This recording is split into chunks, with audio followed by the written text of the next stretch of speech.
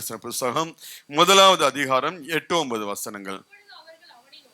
அப்பொழுது அவர்கள் அவனை நோக்கி, யார் நிமித்தம் இந்த ஆபத்து நமக்கு நேரிட்டதென்று நீ எங்களுக்கு சொல்ல வேண்டும். உன் தொழில் என்ன? நீ எங்கிருந்து வருகிறாய்? உன் தேசம் எது? நீ என்ன ஜாதியான் என்று கேட்டார்கள். அதற்கு அவன், நான் எபிரேயன், சமுத்திரத்தையும் பூமியையும் உண்டாக்கின பரலோகத்தின் தேவனாகிய கர்த்தரிடத்தில் பயபக்தி உள்ளவன் என்று சொல்லி அவன் தன்னுடைய அடையாளத்தை அவன் சொல்வதை பார்க்க முடியாது. நமக்கு யோனாவுடைய காரியங்கள், நன்கு அறிந்த காரியங்கள். தேவன் அவனை நினிவே பட்டணத்துக்கு போக வேண்டும் என்று சொன்ன போது அவன் தர்ஷீஷுக்கு கப்பல் ஏறி அவன் தன்னுடைய காரியத்தை, தேவன் கொடுத்த அந்த டாஸ்கை விட்டுவிட்டு, தேவன் செய்ய வேண்டிய சித்தத்தை விட்டுவிட்டு அவன் என்ன பண்ணுகிறான்? அவன் நினிவேக்கு போகிறவனாக இருக்கிறான்.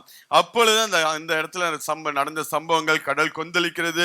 யார் நிமித்தம் இந்த ஆபத்து வந்தது என்று சொல்லி கேட்கும்போது யோனா அவனுடைய பேர் விழுகிறது. அப்ப அவனை பார்த்து அங்க கேட்கிறாள் இந்த மாலுமிக, அந்த கப்பல்ல இருக்கக்கூடிய ஜனங்கள் அவனை பார்த்து, உன்னுடைய அடையாளம் என்ன? What is your identify? What is your identity? இதுதான் ஆண்டவர் என்ன வார்த்தை ஆண்டவன் சொல்ல கேட்கும்போது, வாட் இஸ் யுவர் ஐடென்டி அப்படின்னு சொல்லி ஆண்டவர் கேட்டார். உன்னுடைய அடையாளம் என்ன? ஒவ்வொரு பிள்ளைகளுக்கும் என்ன பண்ணுகிறது? இந்த உலகம் ஒரு அடையாளத்தை கொடுக்கக்கூடியதாக காணப்படுகிறது. அதனாலதான் இங்க இந்த மாலுமிகள் கப்பல் இருக்கிறவங்க பார்த்து, நீ யாரு? நீ எங்கே இருந்து வருகிறாய்? உன்னுடைய பேர் என்ன? உன்னுடைய தேசம் என்ன என்று சொல்லி, உன்னுடைய அடையாளம் என்ன என்று சொல்லி, இப்ப இந்த உலகம் ஒவ்வொரு மனிதனுக்கும் ஒவ்வொரு அடையாளத்தை கொடுக்கக்கூடியதாக காணப்படுகிறது. அதே நேரத்தில் தேவனும் ஒவ்வொரு பிள்ளைகளுக்கும் ஒவ்வொரு அடையாளத்தை கொடுக்கிறவராக இருக்கிறார். நம்ம என்ன அடையாளத்தோடு வாழ வேண்டும் என்று சொல்லி தான் அந்த நாள் நாம் தியானிக்க போகிறோம். இப்ப ஒவ்வொரு மனுஷர்களும் இந்த உலகம் ஒரு அடையாளத்தை கொடுத்து, அடையாளத்தை காண்பித்து தான் அவர்களை அந்த உலகம் நடத்தக்கூடியதா, அவர்களை அழைக்கக்கூடியதா இருக்கிறது. என்ன மாரி அடையாளம் ஒரு மனுஷனிடத்துல காணப்படுகிறதோ அதற்கு ஏற்ற ஆசீர்வாதத்தை, அதற்கு ஏற்ற பிரதிபலனை அந்த மனுஷன் பெற்றுக்கொள்கிறவனாக காணப்படுகிறான். இப்ப நம்மளுடைய வாழ்க்கையிலும் அடையாளம் என்பது மிக மிக முக்கியம். ஐடென்டிட்டி என்பது மிக மிக மிக முக்கியமான காரியம். யோனாவிட்ட தான் கேட்கிறாங்க, நீ எந்த தேசத்தான்? உன் தொழில் என்ன? நீ எங்க இருந்து வருகிறாய்? நீ என்ன ஜாதியான்? அப்ப ஒரு மனுஷனுடைய அடையாளம் எதுல இருக்கும் என்றால், அவனுடைய படிப்புல இருக்கும், அவன் செய்யக்கூடிய வேலையில இருக்கும், அவனுடைய குணாதிசயங்கள் இருக்கும், அவன் எந்த தேசத்தை சார்ந்தவனை குறித்து இருக்கும், எந்த ஜாதி, இப்படி பலதரப்பட்ட காரியத்துல அவனை அடையாளப்படுத்துவது. நம்ம உள்ள இந்த பட்ட பேர் சொல்லி கூப்பிடுவாங்க தெரியுமா? ஒவ்வொரு ஆளுக்கு என்ன பண்ணுவாங்க? ஸ்கூல்ல ஒவ்வொரு ஆளுக்கும் ஒரு பட்ட பேர் வச்சிருப்பாங்க. அவனுடைய சுபாவம், அவனுடைய கேரக்டர், அவனுடைய நேச்சர், அவனுடைய பாடி கண்டிஷன், இதெல்லாம் பார்த்துதான் அவனுக்கு ஒரு அடையாளத்தை வைக்கிறவர்களாக இருக்கிறார்கள். இப்ப இந்த உலகம் ஒவ்வொரு மனுஷனுக்கும் ஒரு அடையாளத்தை வைக்கிறதாக இருக்கிறது.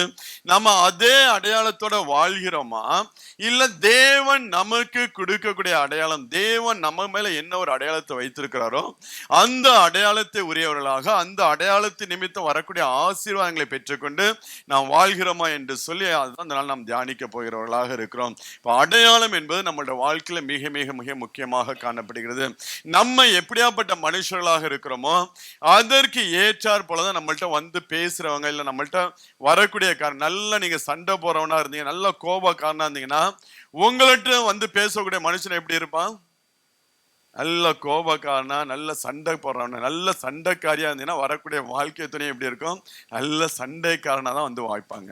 இப்ப நம்மளுடைய அடையாளம் என்ன? நிறைய பேர் சிரிக்கிறீங்க, அப்படிதான் மாட்டிக்கிட்டான். இப்ப நம்மளுடைய சுபாவம், நம்மளுடைய அடையாளம் எப்படி இருக்கிறதோ அதற்கு ஏற்றாற்பதான் நம்முடைய வாழ்க்கை துணை காரியங்கள் தேவன் அப்படிதான் இணைக்கிறவராக, அப்படி இணைத்துதான் தேவன் அவர்களை சரிப்படுத்தி சீர்படுத்தி அவர்களை எடுத்து நிலைநிறுத்துவதை நாம் பார்க்க முடியுது. இப்ப இந்த உலகம் நமக்கு ஒரு அடையாளத்தை போடுமா என்றால், அந்த அடையாளத்தோட நாம் வாழாதபடிக்கு தேவன் நம்ம மேல என்ன அடையாளத்தை வைக்க விரும்புகிறாரோ, எப்படியாப்பட்ட ஆசீர்வாதத்தை தேவன் நம்ம மேல வைக்க விரும்புகிறாரோ அந்த அடையாளத்தை பெற்றுக்கொண்டு நாம் வாழ்கிற பிள்ளைகளாக இருக்க வேண்டும். அதனாலதான் இங்க யோனாவை பார்த்து அவங்க கேட்கிறாங்க, நீ எந்த தேசத்தான்? உன் தொழில் என்னப்பா? நீ எங்க இருந்து வருகிறாய்? நீ என்ன ஜாதியான்? உன் அடையாளம் என்ன என்று எங்களுக்கு நீ சொல்ல வேண்டும் என்று சொல்லும் போது அவன் ஒரே வார்த்தையில சொல்லுகிறான், நான் எபிரேயன், நான் கர்த்தரிடத்துல பயபக்தி உள்ளவன் என்று சொல்லி தன் அடையாளத்தை வந்து ரெண்டு காரியத்தை சொல்ல. அவங்க கேட்கக்கூடிய 4 கேள்விக்கு 2 காரியத்தில் தன்னை அடையாளப்படுத்தினார். நான் எபிரேயன், வானத்தையும் பூமியையும் உண்டாக்கின கர்த்தரிடத்துல பயபக்தி உள்ள ஒரு மனுஷன் என்று, நான் தேவனிடத்துல பயபக்தி உள்ளவன், நான் எபிரேயன் என்று சொல்லி தன்னுடைய அடையாளத்தை அங்க சொல்வதை நாம் பார்க்க முடிகிறது. இப்போ இந்த உலகம் நம்மளை பார்த்து கேட்கும் போது நம்மளும் எப்படியாப்பட்ட அடையாளத்தை நாம் சொல்லுகிற பிள்ளைகளாக இருக்கிறோம் என்று சொல்லி நாம் பார்க்க வேண்டும். இதே தான் நீங்க வந்து அப்போஸ்தலன் பவுலுடைய வாழ்க்கையில் நீங்க பாத்தீங்கன்னா பிலிப்பியர் 3ஆம் அதிகாரம் 5வது வசனத்தை வாசிங்களேன். நான் 8ஆம் நாளில் விருத்த சேதனம் அடைந்தவன், இஸ்ரவேல் வம்சத்தான், பென்யமீன் கோத்திரத்தான், எபிரேயில் பிறந்த எபிரேயன், நியாய பிரமாணத்தின்படி நான் பரிசேயன் என்று சொல்லி தன்னுடைய அடையாளம் என்ன என்று சொல்லி இங்க அப்போஸ்தலன் பவுல் சொல்ல நான் பண்ணேன். 8ஆம் நாளில் விருத்த சேதனம் அடைந்தவன், இஸ்ரவேல் வம்சத்தான், பென்யமீன் கோத்திரத்தான், எபிரேயில் பிறந்த எபிரேயன், நியாய பிரமாணத்தின்படி பரிசேயன் என்று சொல்லி தன்னுடைய பழைய அடையாளத்தை அவன் சொல்வதை நாம் பார்க்க முடியும். எப்படியாப்பட்ட கோத்திரத்திலிருந்து எப்படியாப்பட்ட ஒரு அடையாளத்தை உடைய என்னை ஆண்டவராகிய இயேசு கிறிஸ்து தேடி வந்து என்னுடைய பாவங்கள், என்னுடைய சாபங்கள் எல்லாவற்றையும் மன்னித்து என்னை ஒரு புது மனுஷனாக, என்னை ஒரு புது சிருஷ்டியாக தேவன் மாற்றினார். என்னுடைய பழைய அடையாளங்கள் எல்லாவற்றையும் எடுத்து போட்டு எனக்குள்ள ஒரு புதிய ஒரு அடையாளத்தை கொடுத்து அந்த அடையாளத்துக்கு உண்டான ஆசீர்வாதத்தை எல்லாம் என் வாழ்க்கையில கொடுத்தார் என்று சொல்லி பவுல் சொல்லி. இன்னும் பவுல் சொல்லும் போது 1 தீமோத்தேயு 1ஆம் அதிகாரம் 13ஆம் வசனத்தை வாசிங்க. 1 தீமோத்தேயு 1:13. கிறிஸ்து இயேசுவை பற்றும் விசுவாசத்தோடும் அன்போடும் இல்ல 1 தீமோத்தேயு, முன்னே நான் தூஷிக்கிறவனும் துன்பப்படுத்துகிறவனும் கொடுமை செய்கிறவனுமாய் இருந்தேன். அப்படி இருந்தும் நான் அறியாமல் அவ்விசுவாசத்தினால் அப்படி செய்தபடினால் இரக்கம் பெற்ற. என்னுடைய பழைய அடையாளம் என்ன? நான் முன்னே வந்து தூஷிக்கிறவனாக இருந்தேன், துன்பப்படுத்துகிறவனாக இருந்தேன், கொடுமை செய்கிறவனாக இருந்தேன். இப்படியாப்பட்ட ஒரு அடையாளத்தில் இருந்த என்னை தான் ஆண்டவராகிய இயேசு கிறிஸ்து தேடி வந்தான். ஒரு கொடுமையுள்ள ஒரு மனுஷனாக காணப்பட்ட என்னை பார்த்தா ஜனங்கள் எல்லாம் சிதறி ஓடுவார்கள். அவ்வளவு துன்பப்படுத்தக்கூடிய ஒரு மனுஷனாக, அவ்வளவு ஒரு மோசமான ஒரு மனுஷனாக வாழ்ந்த என்னை ஆண்டவராகிய இயேசு கிறிஸ்து தேடி வந்தார். எனக்குள் இருந்த பழைய சுபாவங்கள் எல்லாவற்றையும் எடுத்து போட்டு என்னை ஒரு புது சிருஷ்டியாக மாற்றினார் என்று சொல்லி பவுல் தன்னுடைய அடையாளத்தை குறித்து அவன் சொல்லுவதை நாம் பார்க்க முடியுது. முன்னே நான் தூஷிக்கிறவனாகவும் துன்பப்படுத்துகிறவனும் கொடுமை செய்கிறவனுமாக இருந்தேன். நீங்களாம் எப்படி இருக்கீங்க? முன்னையும் நான் அப்படிதான் இருந்தேன், பின்னையும் நான் அப்படிதான் இருக்கேங்கிறீங்களா? இயேசு கிறிஸ்துவுக்கு முன்பு, இயேசு கிறிஸ்துவுக்கு பின் நம்மளுடைய அடையாளம் மாறி இருக்கா? இல்லைன்னா அப்படியே தான் இருந்துகிட்டு இருக்கா? மாறி இருக்கு. நம்மளை ஜனங்கள் நேசிக்கிறவர்களாக, நம்மளை பார்த்து ஜனங்கள் நம்ம இடத்துல தேடி வருகிறவர்களாக இருக்கிறார்களா? இல்லை, நம்மளை பார்த்து விலகி போகிறவர்களாக இருக்கிறார்களா? உண்மையிலே இந்த அடையாளம் என்பது மிக மிக மிக முக்கியமான ஒரு காரியங்க. நம்மளை ஜனங்கள் எப்படி பார்க்கிறார்கள், என்ன அடையாளத்தோடு ஜனங்கள் நம்மளை பார்க்கிறார்கள்? நம்மளை பார்க்கும் போது கிறிஸ்து இவனுக்குள் இருக்கிறார் என்று சொல்லி, கிறிஸ்தவன் என்று சொல்லி பார்க்கிறார்களா?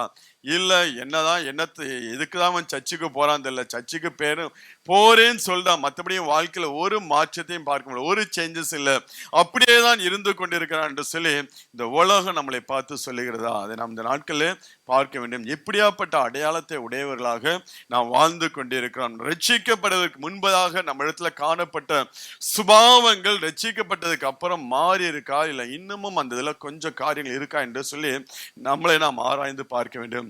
இன்னும் அந்த பழைய அடையாளத்தை உடைய பிள்ளைகளாக இருந்தோம் என்றால் தேவன் நமக்கென்று வைத்திருக்கிற அந்த புதிய ஆசீர்வாதங்களை எல்லாம் நாம் பெற்றுக்கொள்ள முடியாதுங்க. என்னைக்கு நம்மளுடைய அடையாளம் மாறுத, ஊர்ல நீங்க பாத்தீங்கன்னா ஒரு எம்எல்ஏன்னு ஒரு அடையாளம் இருந்ததுன்னா அந்த மனிதனுக்குன்னு அதிகாரம் இருக்கு, அந்த மனிதனுக்கு வந்து சில சலுகைகள் இருக்கு. ஒரு எம்பியா இருந்தானா அந்த மனுஷனுக்குள்ள அதிகாரம் இருக்கு, அந்த மனுஷனுக்குள்ள சலுகைகள் இருக்கு. அது அவங்க செல்லுகிற இடங்களில் அதுக்கு ஏற்றாற்போல ஒவ்வொரு காரியங்கள் இருக்கும். ஒரு கவர்மெண்ட் ஹையர் அபிஷியலா இருந்தா அவங்களுக்கு என்று அதிகாரம் இருக்கு, அவங்களுக்கு என்று சலுகை இருக்கு. இப்ப இந்த உலகமே அப்படியாப்பட்ட அடையாளத்தை அடையாளப்படுத்தி அவர்களுக்கு சலுகை கொடுக்கக்கூடியதாய் காணப்பட்டால், பரலோகமும் ஒவ்வொரு மனுஷனுக்குள்ள ஒரு அடையாளத்தை கொடுத்து அவர்களுக்கு அதற்கு ஏற்ற சலுகையை கொடுத்து பரலோகம் என்ன பண்ணுகிறது, அந்த மனுஷனையும் அந்த மனுஷன் நிமித்தம் அந்த குடும்பத்தையும் ஆசீர்வதித்து நடத்துவதை நாம் பார்க்க முடிகிறது. இப்ப நம்மளுக்குள்ள இன்றைக்கு நாம் எப்படியாப்பட்ட அடையாளத்தோட நாம் வாழ்ந்து கொண்டிருக்கிறோம்? இன்னும் பழைய மனுஷன் நமக்குள்ள இருந்து கொண்டிருக்கிறானா? பழைய சுபாவங்கள் இன்னும் நமக்குள்ள இருந்து கொண்டிருக்கிறதா?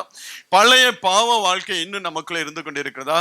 இல்ல என்னைக்கு ஆண்டவராகிய இயேசு கிறிஸ்துவை என் சொந்த இரட்சகராக என்னுடைய பாவங்கள் என்னுடைய சாபங்களுக்காக அவர் இந்த பூமியில கடந்து வந்து அந்த கல்வாரி சிலுவையில தன்னுடைய இரத்தத்தை எல்லாம் சிந்தி என்னை அவருடைய சொந்த பிள்ளையாக மாற்றினார், அந்த பிள்ளைக்குரிய அடையாளத்தோடு நான் வாழ்ந்து கொண்டிருக்கிறேனா, அந்த பிள்ளைக்குரிய சுபாவத்தோடு நான் வாழ்ந்து கொண்டிருக்கிறேன் என்று சொல்லி நம்மளை நாம் ஆராய்ந்து பார்க்க வேண்டுங்க.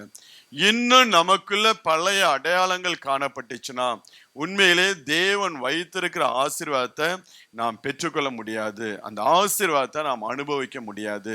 நம்முடைய ஐடென்டிஃபை எல்லாம் மாற வேண்டும். முன்னே பவுல் சொல்லும்போது அழகா சொல்ல, முன்னே நான் தூஷிக்கிறவனாகவும் துன்பப்படுத்துகிறவனாகவும் நான் கொடுமை செய்கிறவனாக இருந்தேன். நம்மளால சொல்ல முடியுமா?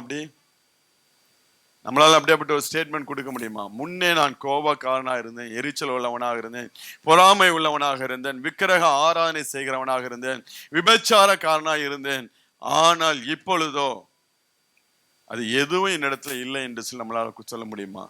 பவுல் கிளியர் ஸ்டேட்மெண்ட், முன்னே நான் தூஷிக்கிறவனும் துன்பப்படுத்துகிறவனும் கொடுமை உள்ளவனுமாய் இருந்தேன் என்று தன்னுடைய ஸ்டேட்மெண்ட்டை கிளியராய் கொடுக்கிற பவுல் மாத்திரம் இல்ல, ஆண்டவராகிய இயேசு கிறிஸ்துவின் இரத்தத்தினால கழுவப்பட்ட ஒவ்வொரு பிள்ளைகளும் இப்படியாப்பட்ட ஒரு ஸ்டேட்மெண்ட்டை கொடுக்க வேண்டும் என்று சொல்லி தேவன் விரும்புகிறவராக இருக்கிறார். ஒவ்வொரு பிள்ளைகளுக்குள்ளும் இப்படியாப்பட்ட காரியங்கள் கடந்து வர வேண்டும் என்று சொல்லி தேவன் விரும்புகிறவராக இருக்கிறார். என்னைக்கு நம்மளுடைய அடையாளம் மாற்றப்படுகிறதோ அன்னைக்கு தான் தேவன் என்ன பண்ணுகிறார், நம்மளை ஆசீர்வதிக்கிறவராக. அப்ப உலகம் நம்ம செய்யக்கூடிய தொழில், நம்முடைய கேரக்டர், நம்மளுடைய காரியங்களை வைத்து, நம்மளுடைய ஃபேமிலி பேக்ரவுண்டை வைத்து இந்த உலகம் ஒரு அடையாளத்தை நமக்கு போடுகிறதாய் காணப்படுகிறது. ஆனால் அந்த அடையாளம் நம்மளுடைய வாழ்க்கையில எந்த ஒரு பிரயோஜனத்தையும் கொண்டு, நான் இந்த ஜாதி இந்த கோத்திரத்தான் இவ்வளவு வசதி படைச்சோம், அது எதுவுமே தேவனுடைய ஆசீர்வாதத்தை கொண்டு வர முடியாது.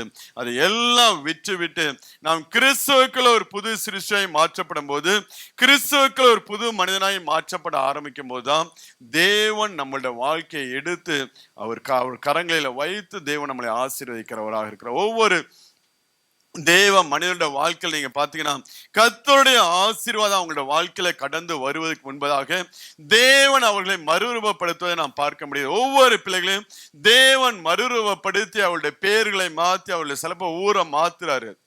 இருக்கக்கூடிய இடத்தை விட்டு நீ வெளியில வா, நீ அதே கூட்டத்துல அதே ஊர்ல இருந்தா அதே சுபாவத்தோட தான் நீ வாழ்ந்து கொண்டிருப்பாய் என்று சொல்லி அந்த கூட்டத்தை விட்டு தேவன் பிரித்து எடுக்கிறவராக இருக்கிறார். பிரித்து எடுக்கிற நாம் மீண்டும் போய் என்ன பண்ணக்கூடாது, ஒட்டி கொள்ளக்கூடாது. அநேகர் இன்னைக்கு அதான் பண்றாங்க. தேவன் அழகா பிரிச்சு எடுத்துட்டு வந்து ஆசீர்வதிக்க ஆரம்பிப்பா. ஆசீர்வாதத்தை பெற்றுக்கொண்ட உடனே என்ன பண்ணுவாங்க, திருப்பி அங்க பழைய இடத்துக்கு ஓட ஆரம்பிப்பாங்க. ஆபிரகாம் அதுல ரொம்ப தெளிவா இருந்தான். என்னைக்கு தன்னுடைய சொந்த தேசத்தை விட்டு அவர் என்னை வெளியில கொண்டு வா என்று சொல்லி நீ அந்த தேசத்தை விட்டு புறப்பட்டு போ என்று சொன்னாரோ, அதுக்கப்புறம் எக்காரணத்தை கொண்டும், அதனாலதான் எலியேசர்ட்ட தன் மகனுக்கு வந்து ஆபிரகாம் பொண்ணு பார்க்க சொல்லும்போது, எக்காரணத்தை கொண்டு என்னுடைய மகனை நீ அங்க என்ன பண்ணக்கூடாது, கொண்டு போக கூடாது, வேணாம். எக்காரணத்தை கொண்டு என்னுடைய குமாரனை அந்த இடத்துக்கு அவன் என்னுடைய பழைய அடையாளத்தை எக்காரணத்தை கொண்டு அவன் பெற்றுக்க. ஏன்னா ஒருவேளை பொண்ணை நீ அங்கேருந்து நீ இங்க கொண்டு வா, என் மகனை நீ அங்க என்ன பண்ணக்கூடாது, கொண்டு போக கூடாது என்று சொல்லி ஆபிரகாம் ஒரு பிரமாணத்தை ஒரு கட்டளையை கொடுத்துதான் எலியேசர். ஏன்னா அவங்க ரொம்ப ஜாக்கிரதையாக இருந்தாங்க.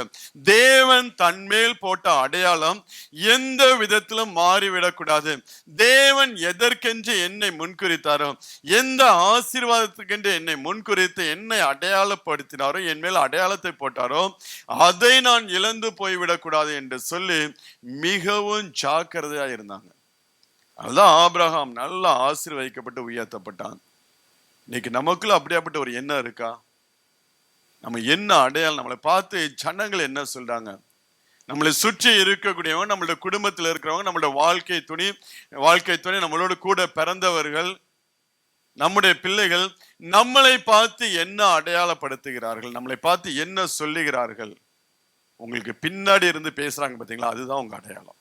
உங்களுக்கு முன்னாடி இருந்து பேசுறது கிடையாது. அதனால எங்கேயாவது போகும்போது ஒரு கேமரா வச்சுட்டு போயிருங்க. உங்களுக்கு பின்னாடி என்ன பேசுறாங்க, அதுதான் உங்களுடைய அடையாளமாய் காணப்படும். அப்ப அந்த காரியத்தை தான் நம்ம என்ன பண்ண வேண்டும், மாற்றிக்கொள்கிற பிள்ளை. உண்மையிலேயே நம்ம ஒரு மனுஷன் நம்ம இடத்துல இருக்கக்கூடிய ஒரு சுபாவத்தை சொல்லி நம்மளை சொல்லும் போது நமக்கு என்ன வரும், கோபம் வரும். நீ பொறாம உள்ளவன், நீ எரிச்சல் உள்ளவன், நீ கோபக்காரன், நீ சண்டைக்காரன் சொல்லி யாரா நம்மளை பார்த்து சொல்லும் போது நமக்கு என்ன உடனே என்ன வரும், கோபம் தான் வரும். ஆக்சுவலா நமக்கு கோபம் வரக்கூடாது, உணர்வு வரணும். நமக்கு ஒரு உணர்வு வரணும். ஆண்டவரே, இன்னும் எனக்குள்ள அந்த பழைய சுபாவம் காணப்படுகிறது ஆண்டவரே, இன்னும் நான் பழைய மனுஷனை தரித்து கொண்டு இருக்கிறானா என்று சொல்லி ஒரு உணர்வு தான் நமக்கு வரணும். அப்படி உங்களுக்கு ஏதாவது கோபம் வந்துனா இந்த நாள்ல நீங்க மாத்திக்கொள்ளுங்க. உங்களுடைய காரியங்களை சொல்லி, உங்களிடத்துல இருக்கக்கூடிய பலவீனங்களை சொல்லி யாராவது உங்களை சொல்லப்படும் உங்களை சொல்ல ஆரம்பிச்சாங்கன்னா உண்மையிலே நீங்க அந்த இடத்துல உணர்ந்து, இன்னும் இந்த இடத்துல இந்த இடத்துல அந்த காரியம் இருக்கு ஆண்டவர், இன்னும் நான் அந்த அடையாளத்தோட தான் நான் வாழ்ந்து கொண்டு இருக்கிறேன் என்று சொல்லி தேவ சமூகத்துல போய் விழுந்து நாம் ஜெபித்து அந்த காரியத்தை விட்டு நாம் வெளியே வர வேண்டுங்க. நீங்க மாற மாற உங்களோட அடையாளங்கள் மாறிக்கிட்டே இருக்கும். ஆட்டோமேட்டிக்கா அது மாறிக்கிட்டே இருக்கும். பழைய ஏற்பாட்டுக்கும் புதிய ஏற்பாட்டுக்கும் அதான் வித்தியாசம். பழைய ஏற்பாட்டுல ஆண்டவர் கூப்பிட்டு அழைச்சு வச்சு அவனை அடையாளத்தை மாத்துவாரு. ஆனா புதிய ஏற்பாட்டுல அப்படி இல்லை. கிருபையின் காலம் பரிசுத்த ஆவியா நடத்தும் போது நம்ம மாற மாற நம்மளுடைய காரியங்கள் மாற மாற நம்மளோட அடையாளங்கள் மாறிக்கிட்டே இருக்கும். ஆண்டவர் அந்த அடையாளத்துக்கு உண்டான ஆசீர்வாதங்கள் நம்மளோட வாழ்க்கையில கொடுத்து நடத்தி கொண்டு இருக்கிறவராக இருப்பார். அதனால இன்னைக்கு உங்களை குறிச்சு என்ன மாதிரி அடையாளம் காணப்படுகிறது, நீங்க எப்படியாப்பட்ட அடையாளத்தோட வாழ்ந்து கொண்டே இருக்கிறீர்கள் என்பதை சொல்லி கொஞ்சம் நீங்க உங்களை ஆராய்ந்து பாருங்க. தேவ சமூகத்துல ஒப்பு கொடுங்க. ஆண்டவரே, இந்த காரியம் இடத்துல காணப்படுகிறது. அதாவது நம்மளுடைய சுபாவம் தான் நம்மளை மெயினா அடையாளப்படுத்தக்கூடிய எதுனா நம்மளுடைய சுபாவம். நமக்குள்ள என்னென்ன சுபாவம் காணப்படுகிறதோ அதுதான் நம்மளை அதிகமாக அடையாளப்படுத்தி கோபங்கள், எரிச்சல்கள், இதுதான் நம்மளை அதிகமாக அடையாளப்படுத்தி காமிக்கும். இன்னும் உள்ளுக்குள்ள கிடக்கக்கூடிய அந்தரங்க பாவங்கள் இருக்கு பார்த்தீங்களா, அது பிசாசு அடையாளப்படுத்தி காமிப்பான். நமக்குள்ள இருக்கக்கூடிய அந்தரங்க பாவங்கள் அவனுக்கு தெரியும், என்னென்ன பாவத்துல நம்ம இருக்கோம். நம்மளுடைய கண்ணு, நீங்க உலகத்துல நீங்க இருக்கும்போது, வெளியில நடந்து போகும்போது உங்களுடைய பார்வை எப்படியாப்பட்ட பார்வையாக போகிறது. ஒரு மனிதனை பார்க்கும்போது, ஒரு காரியத்தை பார்க்கும்போது உங்களுடைய பார்வை இச்சையாக இருக்கிறதா, இல்ல உங்களுடைய பார்வை பரிசுத்தமாக இருக்கிறதா என்று சொல்லி பிசாசு பார்த்துக்கிட்டே இருப்பான். ஒரு இச்சையோடு நாம் பார்க்கிற பிள்ளைகளாக இருந்தோம் என்றால் பிசாசு அதை தான் அடையாளப்படுத்தி அங்க ஆண்டவர்கிட்ட போய் கம்ப்ளைண்ட் பண்ணுவான். இன்னும் அடையாளத்தோட அவன் வாழ்ந்து கொண்டே இருக்கிறான் என்று சொல்லி பிசாசு போய் அங்க நம்மளை பத்தி அவன் இரவும் பகலும் குற்றம் சாட்டுகிறவனாக இருக்கிறனால ரொம்ப ரொம்ப ஜாக்கிரதையா இருக்க. மனுஷர்களுக்கு முன்பதாக சரி, தேவனுக்கு முன்பதாக சரி, இந்த உலகத்துக்கு முன்பதாக நம்மளுடைய ஐடென்டிஃபை கரெக்டா இருக்கும்படியாக தேவன் எதற்கென்று முன்குறித்தாரோ அதை மெயின்டைன் பண்ணுகிற பிள்ளைகளாக நாம் இருக்க வேண்டும். என்ன அடையாளத்தோடு நீங்க இந்த நாட்கள்ல வாழ்ந்து கொண்டாலும் ஆண்டவர் எல்லாவற்றையும் மாற்றி போட்டு தன் பிள்ளைங்கிற அடையாளத்தை நமக்கு கொடுத்து அந்த பிள்ளைக்குண்டான ஆசீர்வாதத்தை கொடுத்து தேவன் நடத்த விரும்புகிறவராக இருக்கிறார். அதனால என்ன அடையாளங்கள், என்ன சுபாவங்கள், என்ன காரியங்கள் உங்களிடத்துல காணப்பட்டாலும் இன்றைக்கு தேவன் அதை மாற்ற விரும்புகிறவராக இருக்கிறார். நீங்க மோசேயோட வாழ்க்கையை பார்த்தீங்கன்னா, மோசேயை குறித்து வேதம் சொல்லி ஆரம்பத்தில் அவனுடைய காரியங்கள் எல்லாம் நல்ல கோபக்காரன் என்று சொல்லி நமக்கு தெரியும். நீங்க வாசிங்கன்னா யாத்திராகமம் 2ஆம் அதிகாரம் 11ஆவது வசனத்தை வாசிங்களேன். மோசே பெரியவனான காலத்தில் அவன் தன் சகோதரத்துல போய் அவர்கள் சுமை சுமக்கிறதை பார்த்து தன் சகோதராகிய எபிரேயரில் ஒருவனை ஒரு எகிப்தியன் அடிக்கிறதை கண்டு அங்கும் இங்கும் பார்த்து ஒருவரும் இல்லை என்று அறிந்து எகிப்தியனை வெட்டி அவனை மணலிலே புதைத்து போட்டான். மறுநாளிலும் வெளியே போன போது எபிரேயர் மனுஷர் இருவர் சண்டை பண்ணி கொண்டிருந்தார்கள். அநியாயம் செய்கிறவனை நோக்கி உன் தோழனை அடிக்கிறது என்ன என்று சொல்லி ஒரு சண்டைக்கார சுபாவத்தோடு மோசே என்ன பண்ணிக்கிறான், அங்கே நின்று கொண்டிருக்கிறான். நல்ல கோபக்காரனாய் மோசே காணப்பட்டான். அதனால்தான் அந்த எகிப்தியனை ஒரே அடியில் அடிச்சு அவனை புதைச்சு போட்டு போயிட்டே இருந்தான். இவ்வளவு கோபக்காரனாய் இருந்த மனுஷனை ஆண்டவர் பிடித்து ஆண்டவர் அவனை மறுரூபப்படுத்த ஆரம்பிக்கிறார்.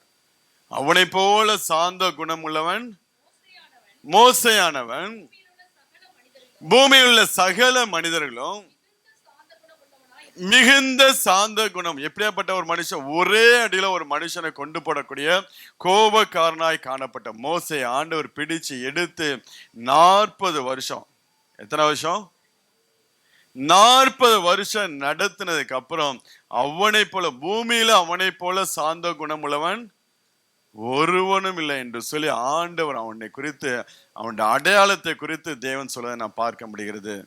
நமக்கு ஆண்டவர் 40 வருஷம் எடுத்தா நல்லா தானே இருக்கும். நம்முடைய ஆயுசு கூட இல்லை 40 வருஷம். இந்த புதிய ஏற்பாட்டு நாட்கள் அவ்வளவு நாள் ஆண்டவர் எடுக்க மாட்டாரு. நாம் தேவ கரத்துல நம்மளை ஒப்பு கொடுக்கும் போது, தேவ கிருபைக்குள்ள நாம் வந்து விழ ஆரம்பிக்கும் போது, பரிசுத்த ஆவியானவர் நம்மளுடைய காரியங்கள் எல்லாம், பரிசுத்த ஆவியானுடைய பலன் நமக்குள்ள வரும்போது ஒவ்வொரு காரியங்களும் தேவன் நம்மளை விடுதலை ஆக்கிறவரா இருக்கு. ஆனாலும் நல்ல கோபக்காரனா இருந்த மோசையை பார்த்து ஆண்டவர் அவனை போல ஒரு சாந்த குணமுள்ள, அதனால்தான் மோசேக்கு விரோதமா மரியாமும் ஆரோனும் எழும்பும் போது தேவனே அங்கே கோபப்படுகிறவராக இருந்தார். மோசே கோபப்படல. மோசேக்குள்ள நல்ல கோபக்காரனா இருந்த மனுஷன் அவனுக்கு விரோதமாய் ஜனங்கள் பேச ஆரம்பித்த போது, அவனுக்கு கூட பிறந்தவர்களை பேச ஆரம்பிக்கும் போது அவனுக்குள்ள கோபம் வரலானா அவன் நிமித்தம் ஆண்டவர் கோபப்படுகிறார். கோபப்பட்டு அவங்க 2 பேரையும் கூப்பிட்டு அங்க மோசையை குறித்து ஆண்டவர் சொல்கிறார். நீங்க வாசிங்க, என்னாகமம் 12ஆம் அதிகாரம் 6 முதல் 8 வரை உள்ள வசனங்கள். அப்பொழுது அவர், என் வார்த்தைகளை கேளுங்கள், உங்களுக்குள்ள ஒருவன் தீர்க்கதரிசியா இருந்தால் கர்த்தராகிய நான் தரிசனத்தில் என்னை அவனுக்கு வெளிப்படுத்தி சொப்பனத்தில் அவனோடு பேசுவேன். என் தாசனாகிய மோசேயோ அப்படிப்பட்டவன் அல்ல. என் வீட்டில் எங்கும் அவன் உண்மை உள்ளவன். நான் அவனுடன் மறைப்பொருளாக அல்ல, முகமுகமாகவும் பிரத்யட்சமாகவும் பேசுகிறேன். கர்த்தரின் சாயலை காண்கிறான். இப்படி இருக்க நீங்கள் என் தாசனாகிய மோசேக்கு விரோதமாக பேச உங்களுக்கு பயம் இல்லாமல் போனது என்ன என்று சொல்லி கர்த்தருடைய கோபம் அவர்கள் மேல் மூண்டது, அவர் போய்விட்டார். இதன் மித்தம் மிரியாமுக்கு குஷ்டரோகம் வரும்போது மோசே போய் அதுக்காண்டி அங்க வந்து ஜெபம் பண்ணுவான். ஆண்டவர்கிட்ட போய் ஜெபம் பண்ணுவது, தகப்பன் அந்த இடத்துல ஆண்டவர் சொல்லுவா, கர்த்தரை நோக்கி என் தேவனே அவளை குணமாக்க வேண்டும் என்று கெஞ்சினான். மோசேயை நோக்கி அவள் தகப்பன் அவள் முகத்திலே காரி துப்புனது உண்டானால் 7 நாள் வெட்கப்பட வேண்டாமோ, அது போலவே 7 நாள் பாளையத்துக்கு புறம்பே விளக்கப்பட்டிருந்து பின்பு சேர்த்து. மோசேக்காக தேவன் கோபப்பேனா, அவன் என்னுடைய அடையாளத்தை உடைய மனுஷனாக காணப்படுகிறான், அவனுக்கு விரோதமாக நீங்கள் எப்படி பேசலாம் என்று சொல்லி அங்கே தேவனே மோசேக்காக கோபப்ப.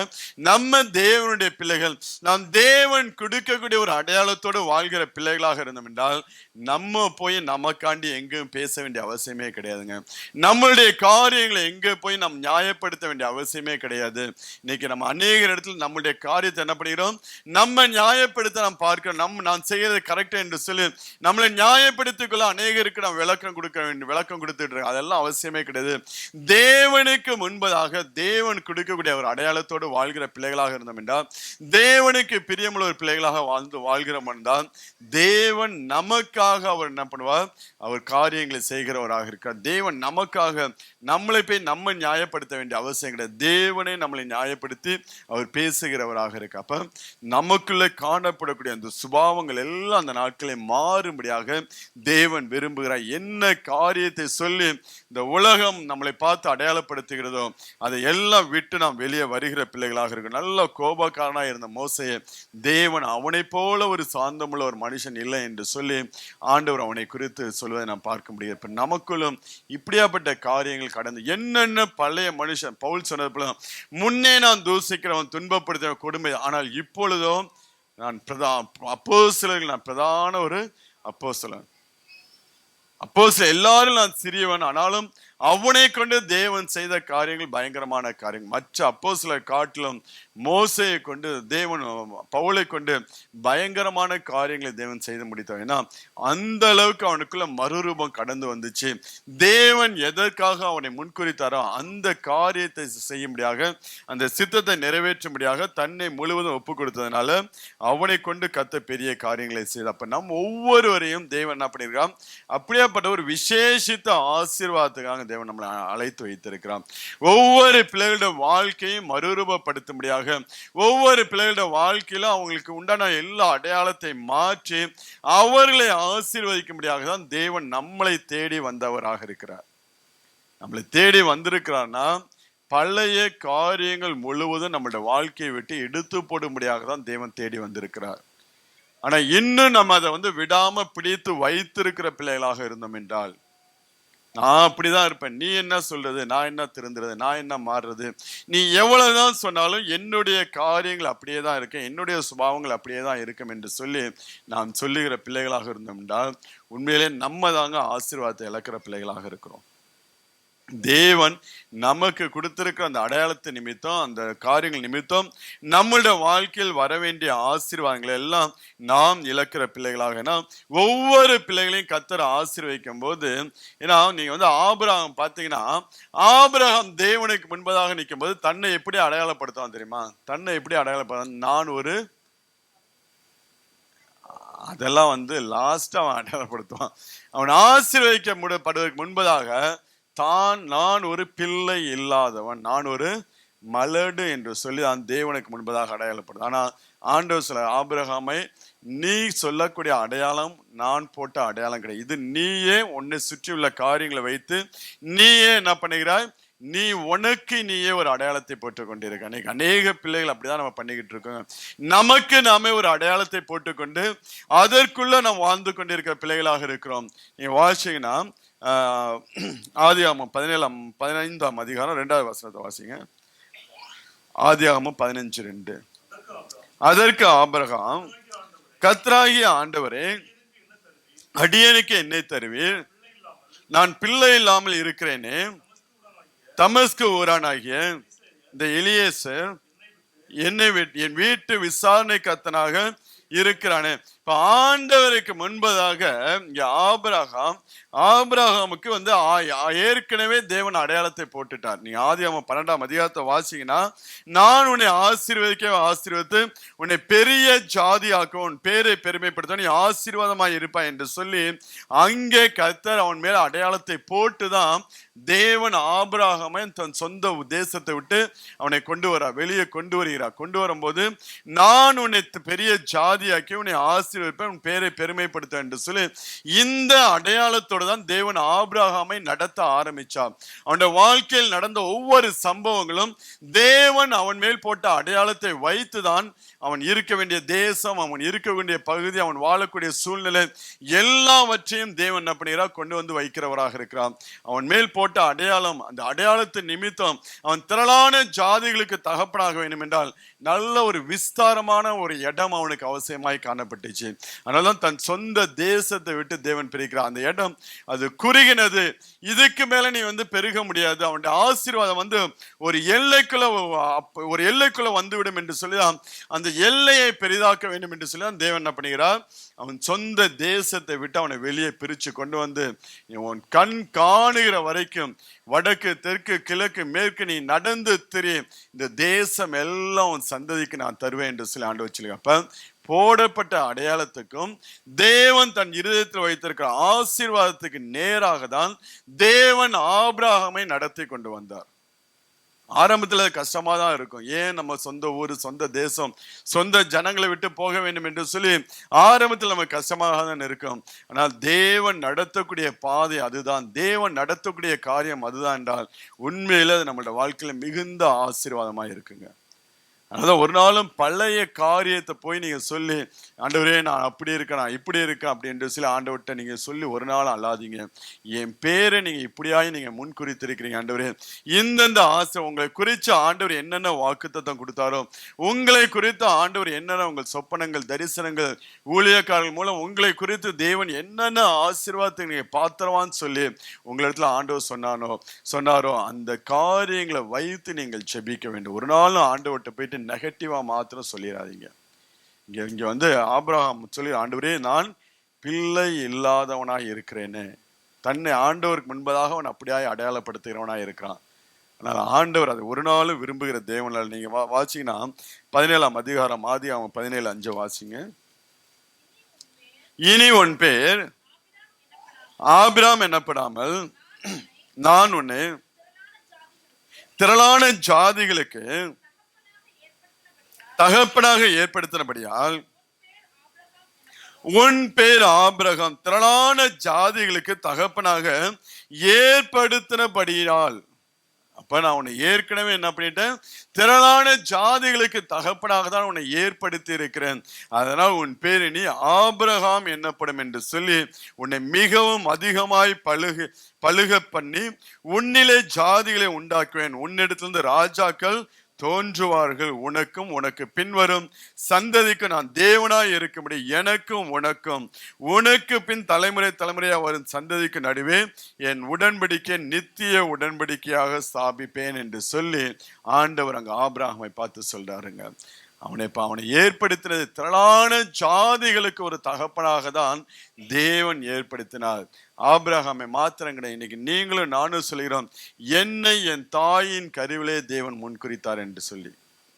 நம்மளை தாயின் கருவிலே முன்குறித்தார் என்றால் எப்படி ஆபிரகாமை திரளான ஜாதிகளுக்கு தகப்பனாக முன்குறித்தார், அதே போலதான் திரளான ஒரு ஆசீர்வாதங்களுக்கு ஏதுவாக தான் தேவன் நம்மளை முன்குறித்தவராக. நம்ம பண்ற பெரிய மிஸ்டேக் என்ன தெரியுமா, நம்ம பழைய அடையாளத்தோடு போய் நின்று கொண்டிருக்கிறோம். ஒவ்வொரு நாளும் தேவனுக்கு முன்பதாக நாம் நின்று கொண்டிருக்கும் போது பழைய மனுஷனை நமக்குள்ள வைத்து கொண்டு, பழைய அடையாளத்தை நமக்குள்ள வைத்து கொண்டு, எவ்வளவுதான் தேவன் முகமுகமாய் ஆபிரகாமோடு பேசியிருந்த போதிலும் அவன் ஆபிரகாம் போய் நிற்கும் போது நான் பிள்ளை இல்லாமல் இருக்கிறவனாக இருக்கிறேனே, நான் மலடாக இருக்கிறேன் என்று சொல்லி தன்னுடைய அடையாளத்தை அங்கே அவன் முன்குறிக்கிறவனாக இருக்கிறான். தேவன் சொல்லும்போது உன்னை நான் ஏற்படுத்தின திரளான ஜாதிகளுக்கு தகப்பனாக தான் நான் உன்னை ஐடென்டிஃபை பண்ணி வச்சிருக்கேன் என்று சொல்லி அவனுடைய பேரை மாத்திர ஆபிரகாம் இல்ல, நீ ஆபிரகாம் என்று அழைக்கப்படுவாய் என்று சொல்லி அவனுடைய அடையாளத்தை தேவன் அங்கே மாற்றுவதை நாம் பார்க்க முடிகிறது. எனக்கு அன்பான தேவ பிள்ளைகள், ஒரு நாளும் பழைய காரியத்தை சொல்லி தேவ சமூகத்துல போய் நீங்க அறிக்கை பண்ணவே பண்ணாதீங்க. இன்னும் உங்களுக்குள்ள அந்த பழைய மனுஷனுடைய சுபாவங்கள், பழைய மனுஷனுடைய காரியங்கள் காணப்பட்டுச்சுன்னா தயவு செஞ்சு அதை எடுத்து போடுங்க. ஏன்னா நீங்க தேவனுக்கு முன்பதாக நிற்கும் போது உங்களுடைய அடையாளம் பழைய மனுஷனுடைய அடையாளமாக தான் காணப்படும். இன்னும் பழைய பாவங்கள், இன்னும் இந்த விக்கிரக ஆராதனை, இன்னும் தேவனுக்கு கீழ்ப்படியாத காரியங்கள், இதோட போய் நீங்க தேவனுக்கு முன்பதாக நின்னீங்கன்னா ஆண்டவர் பழைய அடையாளத்தை வச்சுக்கிட்டு ஆபிரகாம் எப்படி சொல்லுகிறானோ அதே போல ஒவ்வொரு நாளும் வந்து பழைய அடையாளத்தோடு எனக்கு முன்பதாக நின்று கொண்டிருக்கிறான, இவனை நான் முன்குறித்தது திரளான ஒரு ஆசீர்வாதங்களுக்கு ஏதுவாக தான் முன்குறித்திருக்கிறேன் என்று சொல்லி ஆண்டவர் அங்கலாய்க்கிறவாக பாருங்க. அதனால எல்லாத்தையும் எடுத்து போடும். எதுக்கு நம்ம வந்து எல்லா காரியங்களை விட்டு வெளியில வர வேண்டும், எல்லா சுபாவங்களை விட்டு வெளியில வர வேண்டும், எல்லா பாவங்களை விட்டு வெளியில வர வேண்டுமா? உண்மையிலேயே பழைய மனுஷன் தான் நம்மளோட வாழ்க்கையில் இருக்கக்கூடிய ஆசீர்வாதங்கள் எல்லாம் தடுத்து போட்டு கொண்டிருக்கிறான். அந்த பழைய மனுஷன் நாம் கலைந்து போட்டு நம்முடைய உள்ளான மனுஷன் புதிதாக மாற்றப்படும் போது, மறுரூபம் ஆக்கப்படும் போது உண்மையிலேயே நம்மளோட வாழ்க்கையில கர்த்தர் வைத்திருக்கிற ஆசீர்வாதம் எல்லாம் நம்மளோட வாழ்க்கையில கடந்து வருங்க. நீங்க வாசி யாக்கோபுடைய வாழ்க்கை நீங்க வாசிக்கலாம். ஆதியாகமம் 35ஆம் அதிகாரம் 10-12 வசனங்களை வாசிங்க. இப்பொழுது உன் பேர் யாக்கோபு, இனி உன் பேர் யாக்கோபு என்னப்படாமல் இஸ்ரவேல் என்று உனக்கு பேர் வழங்கும் என்று சொல்லி அவனுக்கு இஸ்ரவேல் என்று பெயரிட்டார். பின்னும் தேவன் அவனை நோக்கி, நான் சர்வ வல்லமையுள்ள தேவன், நீ பலுகி பெருகுவாயாக, ஒரு ஜாதியும் பற்பல ஜாதிகளின் கூட்டங்களும் உன்னிலிருந்து உண்டாகும், ராஜாக்களும் சந்ததியில் பிறப்பார்கள், நான் ஆபிரகாமுக்கும் ஈசாக்குக்கு கொடுத்த தேசத்தை உனக்கு கொடுப்பேன், உனக்கு பின் உன் சந்ததிக்கு அந்த தேசத்தை கொடுப்பேன் என்று சொல்லி தேவன் அவனோடு பேசின ஸ்தலத்திலிருந்து அவனை விட்டு எழுந்தருளி போனான். அப்ப யாக்கோபை ஆசீர்வதிக்கப்படுவதற்கு முன்பதாக தேவன் அவனுடைய பெயரை மாற்றுகிறான். யாக்கோபு என்று எண்ணப்படாமல் இனி இஸ்ரவேல் என்று சொல்லி உன் பெயர் அழைக்கப்படும். ஏன்னா இஸ்ரவேல் என்பது ஒரு தேசத்துக்குரிய பெயராய் காணப்பட்டாலும் அவ்வளவு ஆசீர்வாதங்களை தேவன் யாக்கோபுக்குள்ள வைத்து ஆசீர்வதிக்கிறத நாம் பார்க்க முடிகிறது. இப்ப தேவன் இன்றைக்கு நம்மளிடத்துல பார்க்கக்கூடிய காரியம், பழைய மனுஷனுடைய காரியங்கள் முழுவதுமாய் மாற வேண்டும் என்று சொல்லி, பழைய மனுஷனுக்குள்ள அடையாளத்தை நாம் முழுவதுமாய் எடுத்து போட வேண்டும் என்று சொல்லி தேவன் விரும்புகிறவராக இருக்கிறாருங்க. இந்த ஐடென்டிஃபை மாற நம்மளை ஒப்பு கொடுக்க ஆரம்பிக்கும் போதுதான் தேவன் நம்மளுடைய வாழ்க்கையில் வைத்திருக்கிற ஆசீர்வாதத்தை நாம் பெற்றுக்கொள்ள முடியும். இல்லைன்னா நம்மளுடைய ஆசீர்வாதம் நம்மளுடைய கண்களுக்கு முன்பதாக தான் இருக்கும், வேற எங்கேயும் இருக்காது. நம்முடைய கண்களுக்கு அந்த ஆசீர்வாதத்தை குறித்து நாம் அடிக்கடி தரிசனம் காண்போம், அடிக்கடி நாம் சொப்பனம் காண்போம், அடிக்கடி அந்த காரியங்களை குறித்து தேவன் நமக்கு ரீகன்ஃபர்மேஷன் பண்ணிக்கிட்டே இருப்பாரு. அந்த ஆசீர்வாதத்தை குறித்து தேவன் நமக்கு மறுபடியும் அதை கன்ஃபார்ம் பண்ணிக்கிட்டே இருப்பார். ஆனா இன்னும் நமக்குள் பழைய ஐடென்டிஃபை காணப்படுகிறதுனாலதான் அந்த புதிய ஆசீர்வாதத்தை நாம் பெற்றுக்கொள்ள முடிய மாட்டேங்குது. தேவன் வைத்திருக்கிற ஆசீர்வாதத்தை நாம் பெற்றுக்கொள்ள முடிய மாட்டேங்கிறது. அதை களைந்து போடும்படியாக, அதை விட்டு நாம் வெளியே வரும்படியாக என்னைக்கு நம்மை தேவ கரத்துல ஒப்பு கொடுக்க ஆரம்பிக்கிறோமோ, என்னை மாற்றுங்க ஆண்டவரே, என்னுடைய சுபாவத்தை மாற்றுங்க ஆண்டவரே, என்னுடைய கிரியைகளை மாற்றுங்க ஆண்டவரே, என்னுடைய பழைய பாவத்தை விட்டு நான் வெளியே வர எனக்கு உதவி செய்யுங்க என்று சொல்லி என்னைக்கு நாம் ஜெபிக்க ஆரம்பிக்கிறோமோ அன்னைக்கு தேவன் நம்மளுடைய வாழ்க்கையில் ஒரு மறுரூபத்தை கொடுத்து அதுக்குண்டான ஆசீர்வாதத்தையும் கொடுத்து தேவன் நடத்துகிறவராக இருக்கிறாருங்க. இப்ப பழைய ஏற்பாட்டுல எல்லாம் ஒவ்வொருத்தரையும் அழைச்சு ஆண்டவர் பேரை மாற்றுவார். ஆனா புதிய ஏற்பாட்டு அனுபவம் வித்தியாசமானது. புதிய ஏற்பாட்டு அனுபவம் ஆண்டவர்லாம் பேரை மாற்ற மாட்டாரு. நீங்க மாற மாற ஆட்டோமேட்டிக்கா உங்களுடைய ஐடென்டிஃபை மாறிக்கிட்டே இருக்கும். நீங்க உங்களுக்குள்ள எந்த அளவு, ஏன்னா பழைய ஏற்பாட்டு மனுஷங்களுக்கு தான் 10 வருஷம் 5 வருஷம் 40 வருஷம் தேவைப்பட்டுச்சு. புதிய ஏற்பாட்டில் உள்ளவங்களுக்கு அவ்வளவு நாட்கள்லாம் அவசியம் கிடையாது. அவங்க தேவ கரத்துல விழ ஆரம்பிக்கும் போது தேவன் இமைப்பொழுது அவங்களுக்குள்ள பரிசுத்த ஆவியின் அபிஷேகத்தை தேவன் கொடுக்கிறான். என்றென்றைக்கு நம்மளோட வாசம் பண்ணக்கூடிய ஆவியான உள்ளே வந்து அவர் இந்த காரியத்துல நாம் பட்டு டக்குன்னு விடுதலை ஆகும்படியாக நமக்கு உதவி செய்கிறவராக இருக்கிறார். அதாவது நீங்க பவுலுடைய வாழ்க்கையில் நீங்க பாத்தீங்கன்னா, நீங்க பவுல் ஃபர்ஸ்ட் ஆண்டவரை சந்திக்கும் போது சவுல் என்று சொல்லி தான் அடையாளப்படுத்துகிறார். நீ என்னை துன்பப்படுத்துகிற இயேசு நானே என்று சொல்லி சவுலே சவுலே. நீங்க வாசிங்க அப்போஸ்தலர் 9ஆம் அதிகாரத்தை எடுத்துக்கொள்வோம். அப்போஸ்தலர் 9 எடுத்து வாசிங்க அந்த வசனத்தை. அவன் பிரயாணப்பட்டு போய் தமஸ்குவுக்கு சமீபித்த போது சுற்றி பிரகாசித்தது, தரையிலே விழுந்தான். அப்பொழுது சவுலே சவுலே நீ என்னை ஏன் துன்பப்படுத்துகிறாய் என்று தன்னுடனே சொல்லுகிற ஒரு சத்தப்ப தேவன் ஃபர்ஸ்ட் டைம் அங்க சவுலை மீட் பண்ணுகிறார். தேவன் அதை ஃபர்ஸ்ட் டைம் மீன்ஸ் அவனை ரட்சிப்புகளை நடத்தும்படியாக தேவன் அவனை சந்திக்கும் போது ஆண்டவரை என்ன பண்ணுகிறார், சவுலே சவுலே என்று சொல்லி பழைய மனுஷனுடைய காரியத்தை சொல்லிதான் அவர் பேர் சொல்லி அழைக்கிறவராக, சவுலே சவுலே என்று சொல்லி அடையாளப்படுத்துகிறவராக இருக்கிறார். அப்படியாக நீங்க வாசி வந்தீங்கன்னா 13ஆம் அதிகாரம் வரைக்கும் அவனுடைய பேர் சவுலாக காணப்படுகிறது. 13ஆம் அதிகாரம் வரைக்கும் அவனுடைய, அதாவது 13 வரைக்கும் அவனுடைய பேர் சவுலாக காணப்படுகிறது. அவனுக்குள்ள கொஞ்சம் அந்த பழைய மனுஷனுடைய காரியங்கள் இருந்து கொண்டே இருக்கிறது. அவனோட மறுரூபம் ஆகிட்டே இருக்கான். ஒவ்வொரு காரியங்களை விட்டு விட்டு விட்டு தேவன் எதையெல்லாம் அவனோட பேசி கொண்டிருக்க, தேவன் எப்படியெல்லாம் நடத்தி கொண்டிருக்கிறார்கள், இன்னும் பரிசுத்தாவின் அபிஷேகம் அவனுக்குள்ள கடந்து வர 13 அதிகாரம் வரைக்கும் அவன் சவுல் சவுல் சவுல் சவுல் என்று சொல்லிதான் வேதம் சொல்லிக்கிட்டே வருங்க. ஆனால் 13ஆம் அதிகாரத்தில் நீங்க வாசிங்கன்னா 9ஆவது வசனத்தை வாசிங்க. அப்பொழுது பவுல் என்று சொல்லப்பட்ட சவுல் பரிசுத்த ஆவியினால் நிறைந்தவனாய் அவனை உற்று பார்த்து, அப்ப பரிசுத்த ஆவியில் அங்க பவுல் நிறைய ஆரம்பிக்கும் போது சவுலாய் இருந்த மனுஷன் பவுலாய் மாற்றப்படுகிறான். ஆண்டவர்லாம் அழைச்சி ஆண்டவர் பேரை மாத்தல, இவனுக்குள்ள மறுரூபம் கடந்து வர பரிசுத்த ஆவியான அவனுக்குள்ள நிரம்பி வலிய அவனுடைய அடையாளம் ஆட்டோமேட்டிக்கா மாற்றப்படுகிறது. ஆட்டோமேட்டிக்கா அவனுடைய ஆசீர்வாதங்கள் எல்லாம் அவனுடைய வாழ்க்கையில கடந்து வரக்கூடியதாய் காணப்படும். எதுவுமே கேட்டு வாங்க வேண்டிய அவசியமே கிடையாது. கேட்டு வாங்கினா பிச்சை, கேட்காம ஆண்டவர் கொடுத்தாருன்னா கிஃப்ட். நம்ம பிச்சை எடுக்கிறோமா இல்ல கிஃப்ட் வாங்குறோமா? அதை கொடுங்க, இதை கொடுங்க, அங்க கொண்டு போங்க, இங்க கொண்டு போங்க. எப்படி இருக்கும்? நம்ம கேட்கக்கூடாது, கேளுங்கள் கொடுக்கப்படும் ஆண்டவர் சொல்றாரு. அதனால ஆண்டவர் நமக்குள்ள மறுரூபம் கடந்து வர, நம்ம மறுரூப படப்பட ஆண்டவர் கிஃப்ட் மேல கிஃப்டா கொடுத்துக்கிட்டு இருப்பாருங்க. நம்ம கேட்க வேண்டிய அவசியமே கிடையாது. உங்களுக்கு என்ன தேவை? இந்த ஆண்டு முழுவதும் நம்ம என்ன பண்ணுவோம்? பட்ஜெட் போடுவோம். இந்த ஆண்டு சம்பளத்தை வச்சு இந்த ஆண்டுல இந்த காரியத்தை செய்யலாம், அப்படிலாம் பட்ஜெட் போடுறீங்களா? நமக்குலாம் அந்த பழக்கமே கிடையாது. எந்த பட்ஜெட்டும் கிடையாது. இந்த மாசம் 5 ரூபா மிச்சமான மிச்சம், இல்லைன்னா 0, அவ்வளவுதான். நம்ம இந்த வருஷத்தை வச்சு நம்மள சம்பளத்தை வச்சு ஒரு பட்ஜெட் போடுவோம். ஆனா ஆண்டவர் அப்படிலாம் பட்ஜெட் போட மாட்டாரு. அவரு நம்மளுடைய கீழ்ப்படிதல், நம்மளுடைய மறுரூபத்தை வச்சு நம்மளோட வாழ்க்கையில ஒரு பட்ஜெட் போட ஆரம்பிப்பாரு. இந்த காரியங்கள்லாம் அவனுக்குள்ள மாற ஆரம்பிச்சிருக்கு.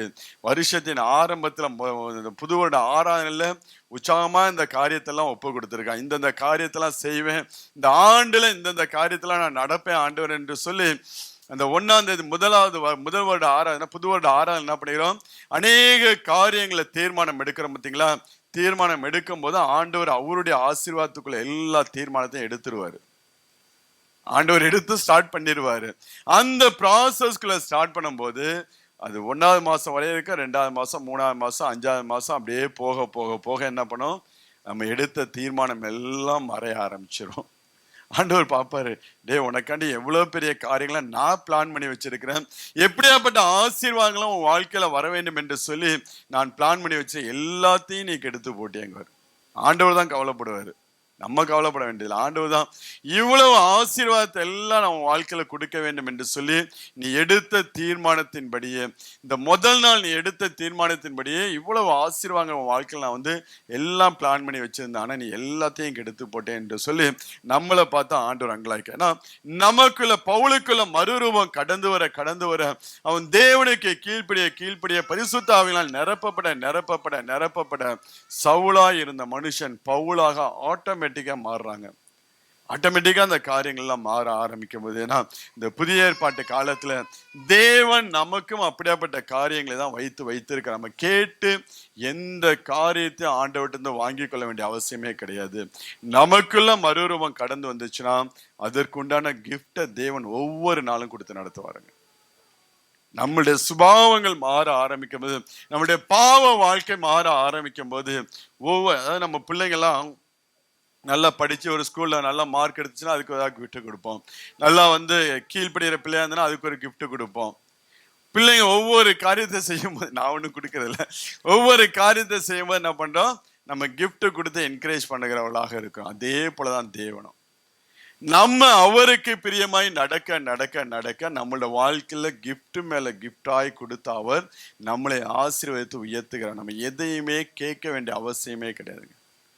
நம்மளுடைய சொந்த காரியங்களுக்காண்டி தேவன்கிட்ட போய் இதை கொடுங்க அதை கொடுங்க என்று சொல்லி கேட்க, நம்ம செய்ய வேண்டியது நம்மளுடைய ஐடென்டிஃபையை மாற்றணும். அவ்வளவுதான். நம்மளுடைய அடையாளத்தை மாற்ற வேண்டும். தேவன் நம்ம மேல போட்ட அடையாளம் என்ன என்று சொல்லி அதற்கு ஏற்ற ஒரு வாழ்க்கை வாழ ஆரம்பிக்கும் போது நம்மளுடைய வாழ்க்கையின் ஆசீர்வாதங்கள் எல்லாம் அதனது நேரங்களில் தேவன் கொடுத்து நடத்துகிறவராக இருக்கிறார்.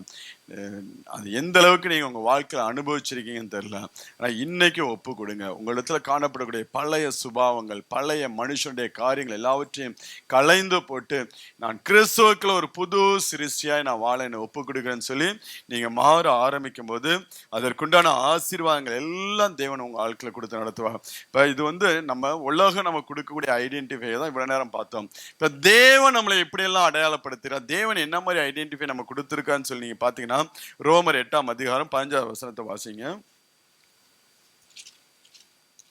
அந்தபடி பயப்படுகிறதற்கு அடிமைத்தனத்தின் ஆவியை பெறாமல் அப்பா பிதாவை என்று கூப்பிட பண்ணுகிற புத்திர சுவிகாரத்தின் ஆவியை பெற்றீர்கள்.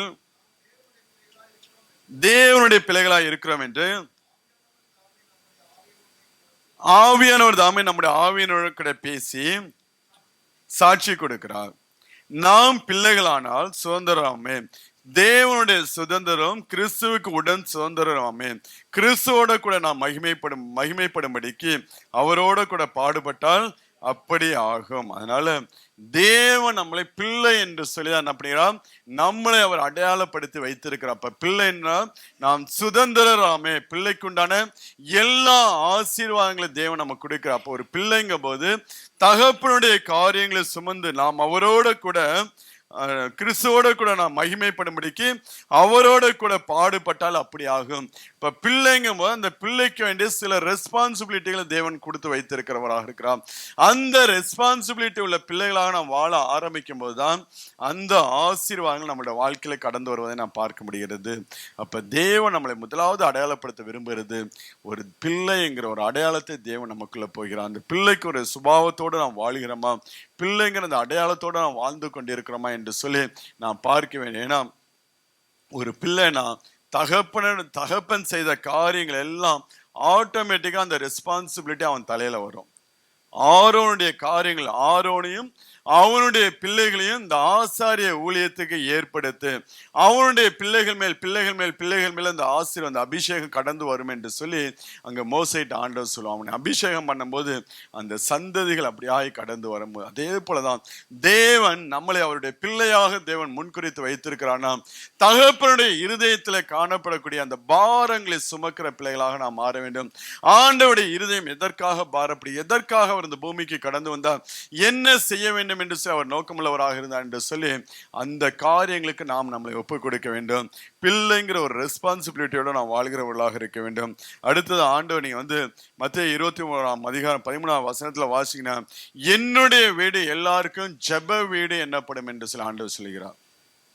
நம்ம மேல தேவன் ஒரு ஐடென்டிஃபை, எப்படிப்பட்ட ஒரு ஐடென்டிஃபை போட விரும்புகிறார் என்றால், நான் எல்லாருக்கும் இது ஜெப வீடு, நம்ம எல்லாருக்காகவும் மற்றவர்களுக்காக நம்ம என்ன பண்ண வேண்டும், ஜெபிக்கிற பிள்ளைகளாக இருக்க வேண்டும். எசேக்கியேல் 9:4 நீங்க வாசிங்கன்னா அங்க ஜெபிக்கிற பிள்ளைகள் மேல நீ அடையாளத்தை போடு என்று ஆண்டவர் சொல்லுவார்.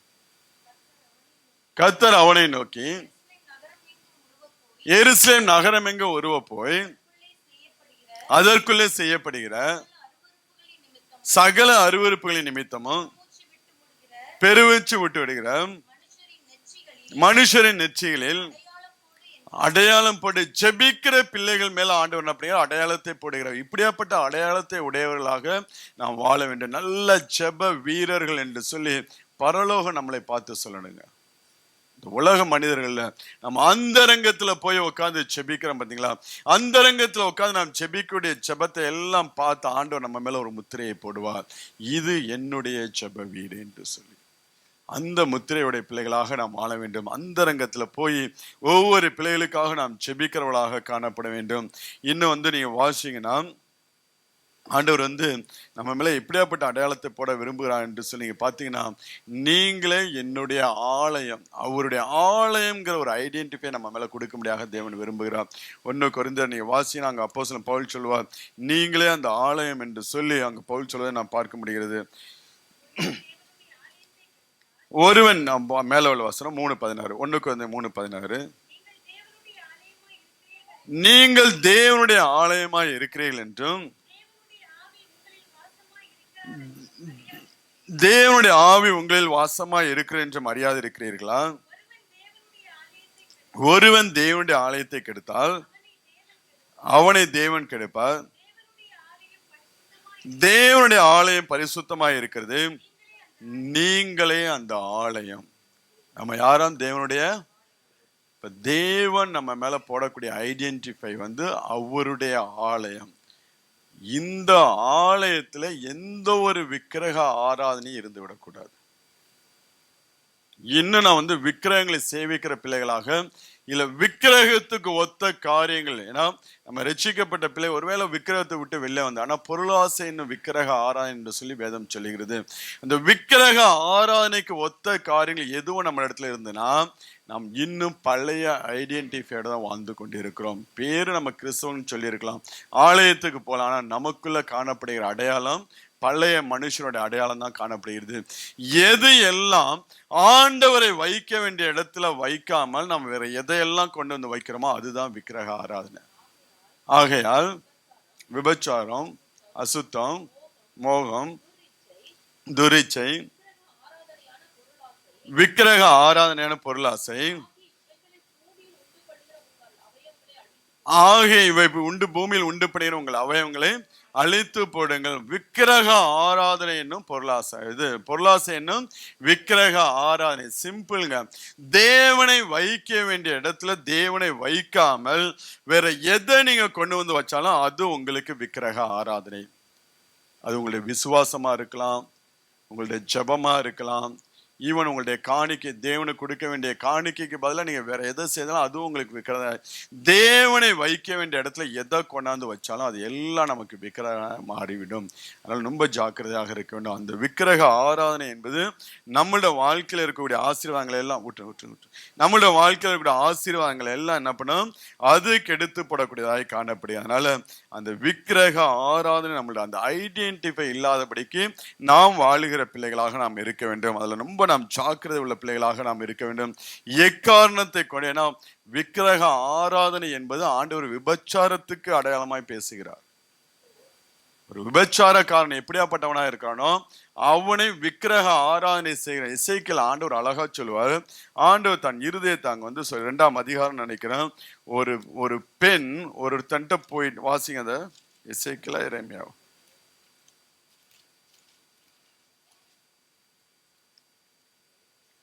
எரேமியால இருக்குன்னு நினைக்கிறேன்.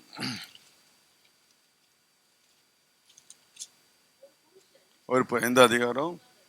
எரேமியா 3ஆம் அதிகாரத்துல முதல் வசனம். ஒரு புருஷன் தன் மனைவியை தள்ளிவிட அவள் அவனிடத்திலிருந்து புறப்பட்டு போய் அந்நிய புருஷனுக்கு மனைவியானால் அவன் அவனிடத்தில் இனி திரும்பி போவானோ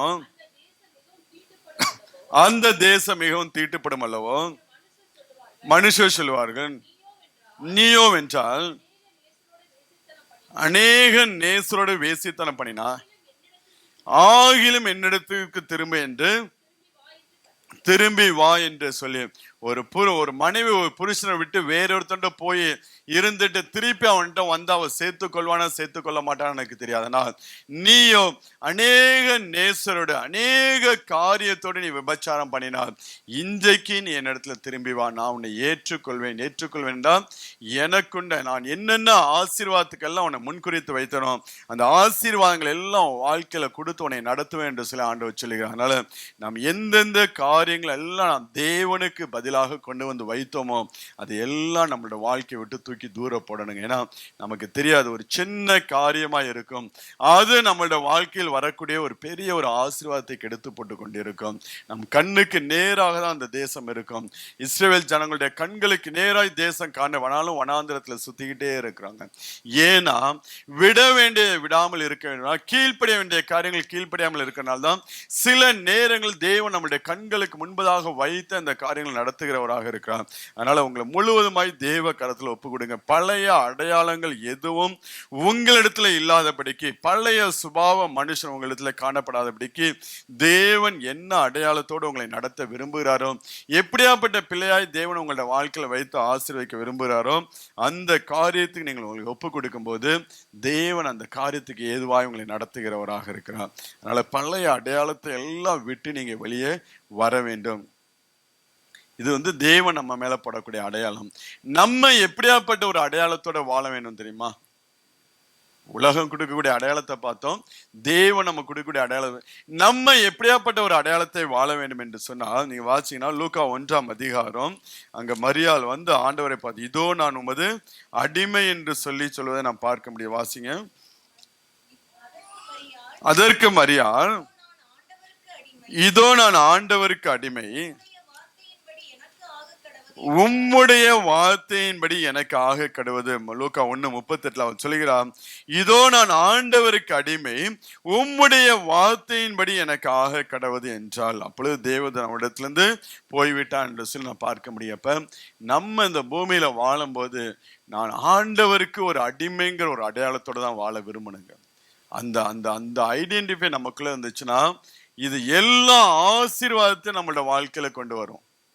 அடிமைங்கிற ஒரு அடையாளத்தோட நீங்க வாழ்ந்தீங்கன்னா தேவனுடைய ஆசை, ஏன்னா ஒரு அடிமைக்கு வந்து அவனுக்கு சுய சித்தம்னு எதுவுமே இருக்காது. அடிமைன்ற மெயின் நோக்கமே என்ன, அவனுக்கு இதுதான் எனக்கு வேணும், இதுதான் எனக்கு பிடிச்சிருக்கு, இதை தான் நான் சாப்பிடுவேன், இந்த தேசத்துல நான் வாழ்வேன் என்று சொல்லி அவனுக்கு என்று சுய சித்தம் சுய விருப்பம் எதுவுமே இருக்காது. அவனுடைய எண்ணங்கள் எல்லாம் என் எஜமானன் என்ன சொல்ல விரும்புகிறாரோ, என் எஜமானன் என்ன செய்ய விரும்புகிறாரோ, என் எஜமானன் நான் எப்படி இருக்க வேண்டும் என்று நினைக்கிறாரோ அதற்கு ஏற்றாற் போல நான் என்னை ஒப்பு கொடுக்கிறேன் என்று சொல்லி ஒரு அடிமை அப்படிதான் வாழ்வான். அதுதான் நீதிமொழியில ஒரு வசனம் இருக்கும், சிறு வயதிலிருந்து தான் அடிமையை இலக்காரமாக பின்னாட்கள் அவனை புத்திரனாய் எண்ணுவானாம். சிறு வயது ஒரு அடிமையை வளர்த்தவன் பின்னால் அவனை என்ன பண்ணுவானா, தன் பிள்ளையாக அவன் பார்க்கிறவனாக, அந்த பிள்ளைக்குரிய ஆசீர்வாதத்தை கொடுக்கிறவன் என்று சொல்லி நீதிமொழி சொல்ல நான் பார்க்க முடியுது. இப்போ ஒரு அடிமைங்கிற ஒரு எண்ணம் நமக்குள்ள இருந்து அந்த ஒரு ஐடென்டிஃபையோட நம்ம வாழ ஆரம்பித்தோம் என்றால் உண்மையிலே அந்த ஐடென்டிஃபை தான் நம்மளோட வாழ்க்கையில 100க்கு 100 தேவ சித்தத்தை செய்ய வைக்கும். பிள்ளைனா கூட என்ன பண்ண இடையில இளையகுமாரன் போல கொஞ்சம் சுத்த ஆரம்பிச்சிருவோம். இருக்கட்டும் வர. அப்ப பிள்ளைங்கிற ஒரு ஐடென்டிஃபை இருந்தாலும் அதுக்குண்டான ஆசீர்வாதம். ஆனா இந்த அடிமைங்கிற ஐடென்டிஃபை என்ன பண்ணும், பிள்ளைக்கு ஒரு ஆசீர்வாதம் எல்லாவற்றையும் சேர்த்து இழுத்து கொண்டு வருங்க. அதான் அந்த அடிமையோட ஐடென்டிஃபைல உள்ள பெரிய ஒரு ஆசீர்வாதம். பிள்ளைனா இளையகுமாரன் கொஞ்ச நாள் அப்படியே சுத்திட்டு வர்றான் அப்படின்னு சொல்லிட்டு அவன் சுத்த ஆரம்பிச்சிருவான். ஆண்டவர் சொல்லுவார், நீ வந்து திருமணம் பண்ண உன் தாயின் தகப்பனை விட்டு உன் மனைவியோடு இசைந்திருப்பாய் என்று சொல்லி சில நாள் என்ன பண்ணுவோம், நாம் தேவனோடு பிரிஞ்சு வாழக்கூடிய சில காரியங்கள் நம்மளோட வாழ்க்கையில வரும். ஆனா அடிமைக்கு எதுவுமே கிடையாது. அடிமைனா அடிமை தான். டே அண்ட் நைட் அவன் வந்து 24 hours அவன் அந்த எஜமானனோட தான் இருப்பான். நீங்க வாசிங்கன்னா அடிமையை குறித்து வேதம் சொல்லக்கூடிய காரியம் யாத்ராமம் 21ஆம் அதிகாரம் 1 முதல் உள்ள 6 வரை வாசி நம்ம ஜெபிக்கலாம். நீ அவர்களுக்கு அறிவிக்க வேண்டிய பிரமாணமாவன, எபிரேயில் ஒரு அடிமையை கொண்டாயானால் 6 வருஷம் சேவித்து 7ஆம் வருஷத்துக்கு ஒன்றும் கொடாமல் விடுதலை பெற்று போக கடவன். ஒன்றிக்காரனாய் வந்திருந்தானால் ஒன்றிக்காரனாய் போக கடுவான். விவாகம் பண்ணினவன் வந்திருந்தானால் பெண் ஜாதி அவனோட கூட போக கடுவான். எஜமான ஒரு பெண்ணை விவாகம் செய்து கொடுத்தோம், ஆண் பிள்ளையாவது பெண் பிள்ளையாவது பெற்றிருந்தால் அந்த பெண்ணும் அந்த பிள்ளைகளும் அவன் எஜமானை சேர கடவர்கள். அவன் மாத்திரம் ஒன்றியாய் போக கடவன். அந்த வேலைக்காரன் என் எஜமானையும் என் பெண் ஜாதியும் என் பிள்ளைகளையும் நேசிக்கிறேன், விடுதலை பெற்று போக மனதில்லை என்று மனப்பூர்வமாய் சொல்வானால் அவன் எஜமான் அவனை நியாயாதிபதியில் அழைத்து கொண்டு போய் கதவின் அருகே இருந்து அருகையாவது கதவின் நிலையின் அருகையாவது சேர பண்ணி அங்கே அவன் எஜமான் அவன் காதை கம்பியினாலே குத்த கடவன். பின்பு அவன் என்றைக்கும் அவனிடத்துல சேவிக்க கடவன் என்று சொல்லி, இதுதான் ஒரு அடிமைக்குள்ள பிரமாணம். ஒரு அடிமை என்று சொல்லி தன்னை ஒப்பு கொடுக்கும் போது என்றென்றைக்கும் அந்த எஜமானோட அவன் சேவிக்க கடவன். உங்களுக்கு எப்படியாப்பட்ட ஒரு ஆசை இருக்கு? என்றென்றைக்கும் அவரோட கூட இருக்கணுமா, இல்ல எப்படி? நித்திய காலமாய் அவரோட கூட நாம் இருக்க வேண்டும் என்றால் அடிமைங்கிற அந்த ஒரு ஐடென்டிஃபையோட நம்ம வாழ ஆரம்பித்தோம் என்றால் நம்ம எஜமானுடைய காரியங்கள், எஜமானுடைய சித்தம், எஜமானுடைய விருப்பம் எதுவோ அதுதான் நம்முடைய விருப்பமாய் மாறும். ஏன்னா எஜமான்களை குறித்து ஆண்டவர் ஒரு பிரமாணத்தை சொல்வார், உன்னிடத்தில் அடிமையாய் வந்தவரும் அடிமையை எக்காரணத்தை கொண்டும் அவனை பழைய எஜமான்ட்டு நீ கொண்டு போய் கொடுக்க கூடாது, அவனை நீ கொன்று போடக்கூடாது. இது எஜமானனுக்கு உள்ள பிரமாணம். இதே பிரமாணத்தை தான் ஆண்டவரும் உடையவராக இருக்கிறார். நம்ம அவரிடத்துல போய் அடிமைன்னு நம்ம ஒப்பு கொடுத்தோம் என்றால், நம்மளை வாழ்க்கையை ஒப்பு கொடுத்தோம், என்னை ஒரு நாளும் நம்மளை பழைய எஜமான்ட்ட பழைய ஐடென்டிஃபைல கொண்டு போய் நம்மளை ஒரு நாளும் போட மாட்டான். நம்ம மரித்து போக முடியாக, அதாவது அவனை கொலை செய்யவும் கூடாது, பழைய எஜமான்ட்டையும் கூட. இது எஜமானுக்குள்ள பிரமாணமாய் காண நம்ம ஆண்டவராகிய இயேசு கிறிஸ்து நம்மளுடைய எஜமானாய் காணப்படும் போது உண்மையிலே நம்மளை பழைய வாழ்க்கைக்கு ஒரு நாள் அனுமதிக்க மாட்டோம். இன்றைக்கும் நம்ம இடத்துல பழைய வாழ்க்கை காணப்பட இருக்குது. இன்றைக்கு நம்முடைய வாழ்க்கையில் இந்த புதிய ஆசீர்வாத அனுபவத்தை பெற்றுக்கொள்ள முடியவில்லை என்றால் நாம் விட வேண்டியதை விடாமல் வைத்திருக்கோம். இன்னும் நம்மளுடைய அடையாளத்தை ஐடென்டிஃபையை மாத்தாமல் இருக்கிறனால தான் புதிய ஆசீர்வாதத்தை நம்மளால பெற்றுக்கொள்ளணும். இன்னைக்கு உங்களை தேவ கருத்துல ஒப்பு கொடுங்க. ஆண்டவரே, என்னை முழுவதுமாய் உடைய கருத்துல ஒப்பு கொடுக்கிறப்பா, என்னுடைய ஐடென்டிஃபையை மாத்துங்க, எனக்குண்டான ஆசீர்வாதங்கள் எல்லாம் என் வாழ்க்கையில கொடுத்து நீங்க நடத்துங்க என்று சொல்லி தேவ கருத்துல உங்களை ஒப்பு கொடுங்க. கர்த்தர் உங்களை ஆசீர்வதிப்பார்.